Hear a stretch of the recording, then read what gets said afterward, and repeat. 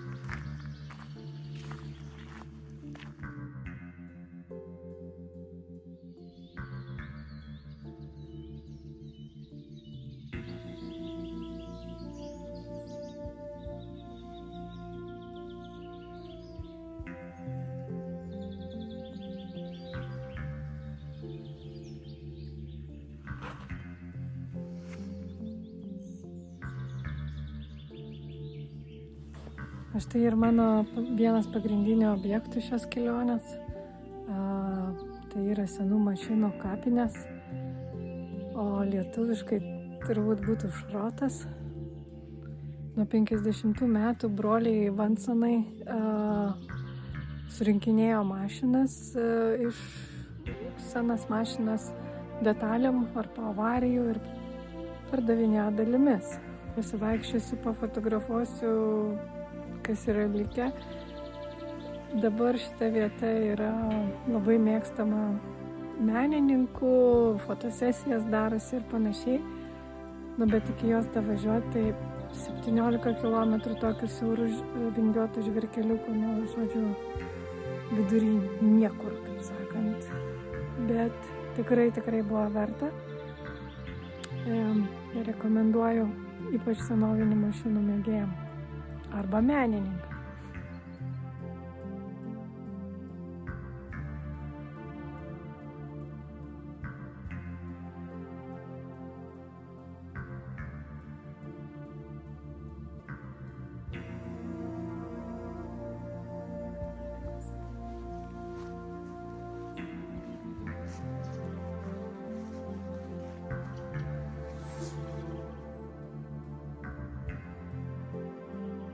Dar šiek tiek informacijos. Tai iš tikrųjų broliai norvegai supirkinėjo mašinas, nes vyriausybė buvo uždraudus importuoti mašinas ir dalis į šalį, kad savo produkciją palaikyti. Tais laikais net buvo 2000 mašinų išrinktų, dabar yra 800 maždaug. Senienų mėgėjai nevažiuokit, negalima čia nieko pasiimti šitos vietos. Iš tikrųjų tai nelabai yra ir ką pasiimti. What?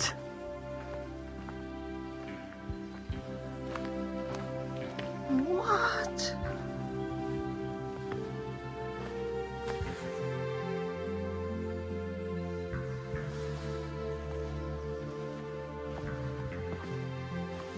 Aštuoni šimtai mašinų. Kas jas ir suskaičiuot galėjo. Eina savo.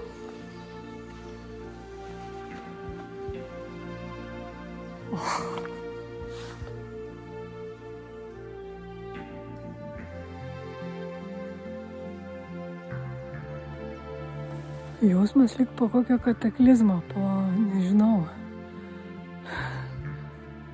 kokio nors potvinio ar tsunamio ar atominės bombos. Pažiūrėkit, kaip tai gali būti šitoj pusėje. Kiek košmaras, kiek senovinių eksponatų.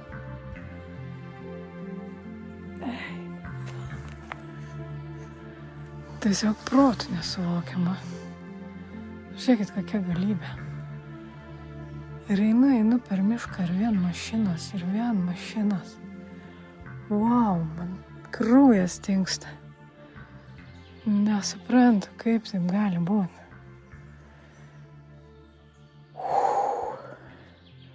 Verta atvažiuoti.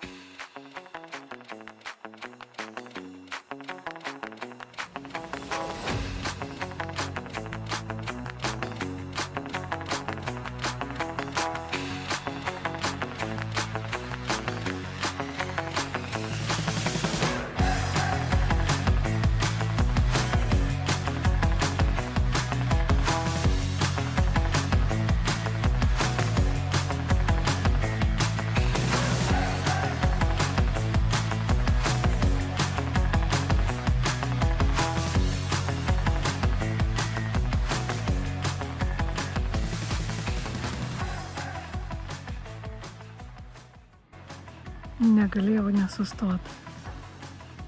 Koks grožis. Nežinau, ar kamera tai perteiks, bet krantai tokie akmeniniai. Aišku, švediški namukai.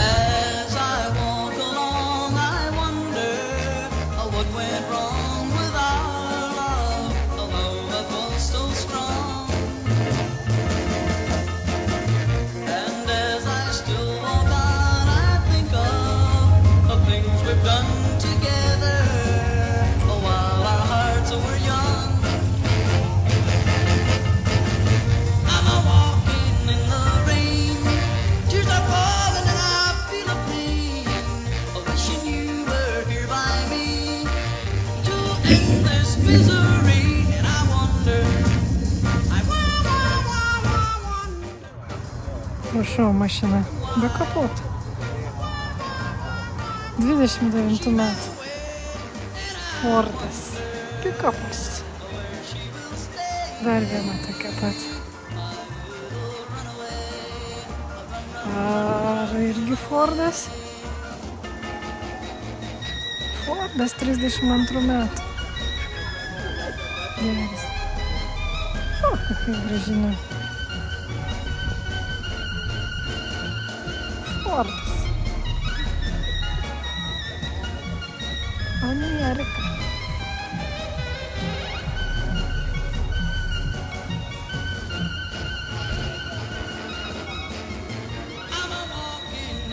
Kurie bagažinė ir vėl pūsna.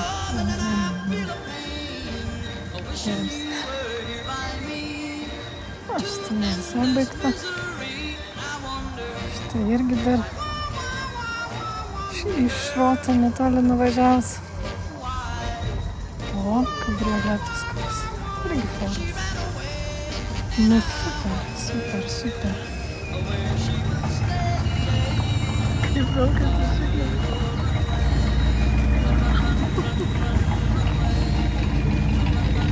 Šitas irgi dar nori.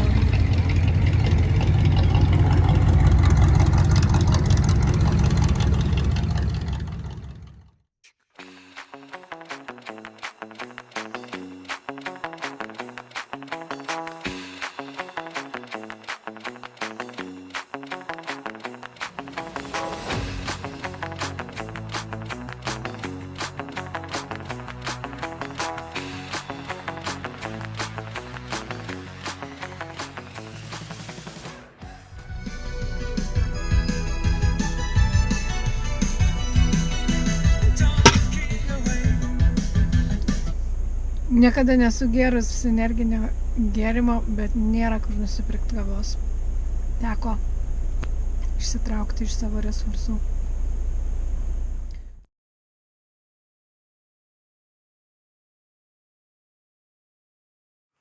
Atvažiavau apsižiūrėti koncertų salės, kuri vadinasi Dalhala. Šiaip įspūdinga dydžio kažkoks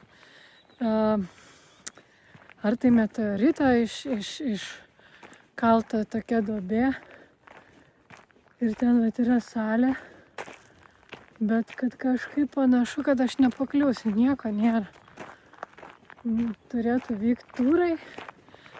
Bet matyti reikia juos iš anksto užsisakyti. Tai dabar tiesiog varau aplinkui kažką. Gal kur nors akies krašteliu pamatysiu. Jeigu pamatysiu, tai ir nufilmuosiu. Šiaip mačiau, kad 4 dieną yra koncertas. Kažkada rugpjūtį Stingas koncertuoja čia. Žodžiu, didžiulės aikštelės, viskam paruošta. Tai vat, žiūrim, kas čia matysis, kas nesimatys.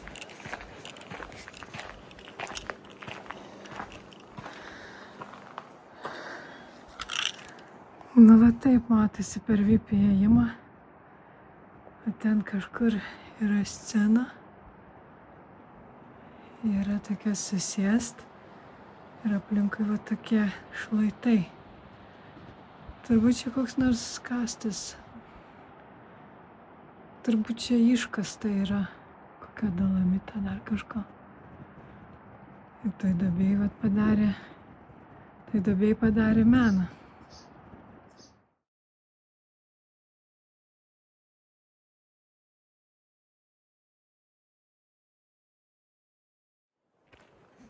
Tai nors ir nelabai kiek matosi, bet iš tikrųjų tai objektas šiek tiek nuvylė.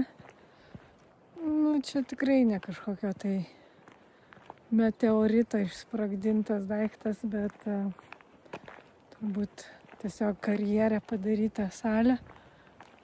Ir ne taip jau čia baisiai įspūdingai atrodo. Nu, kokį 40 km nepakeliui. Bet va.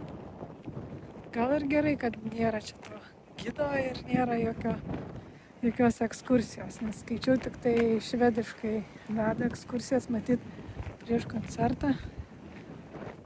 Tai vis tiek nieko nesuprasčiau. Nu, pasivaikščiojau. Iš tikrųjų, šiandien jau vairavau 1,5 ir 5. Tai kas čia gaunas? 6,5 valandos. Ir nekaži ką vaikščiojau, tai reikia šiek tiek prasijudinti senus kaulus. Nu ką, dabar ieškosim kempingo. Su vieno nusimačius, tik nežinau, kiek dar kilometrų iki jo. Nu tai dar biškelį. Dar biškutį ir tingim.